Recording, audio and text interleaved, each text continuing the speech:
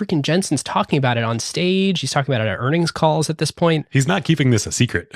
No, he's like trying to tell us all that this is the future.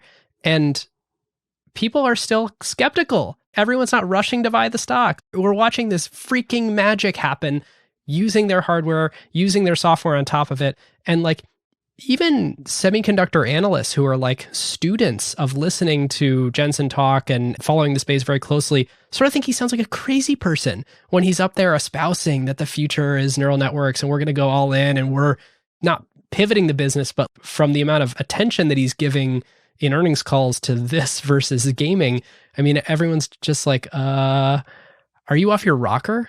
Well, I think people had just lost trust and interest, after like there were so many years of like they were so early with CUDA and early to, again, they didn't even know that this, like they didn't know AlexNet was going to happen.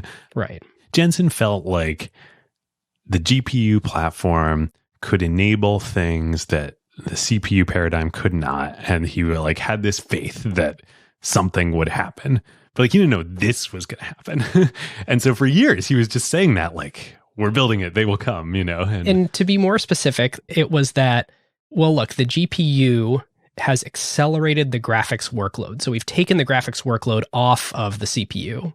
The CPU is great. It's your primary workhorse for all sorts of flexible stuff. But we know graphics needs to happen in its own separate environment and have all these fancy fans on it and get super cooled. And it needs these matrix transforms. The math that needs to be done is matrix multiplication. And there was starting to be this belief that like, oh, well, because the professor, the apocryphal professor told me that he was able to program the matrix transforms to work for him, maybe this matrix math is really useful for other stuff. And sure, it was for scientific computing. And then honestly, like it fell so hard into Nvidia's lap that the thing that made deep learning work was massively parallelized matrix math. And they're like, Nvidia is just like staring down at their GPUs like, I think we have exactly what you are looking for. Yes.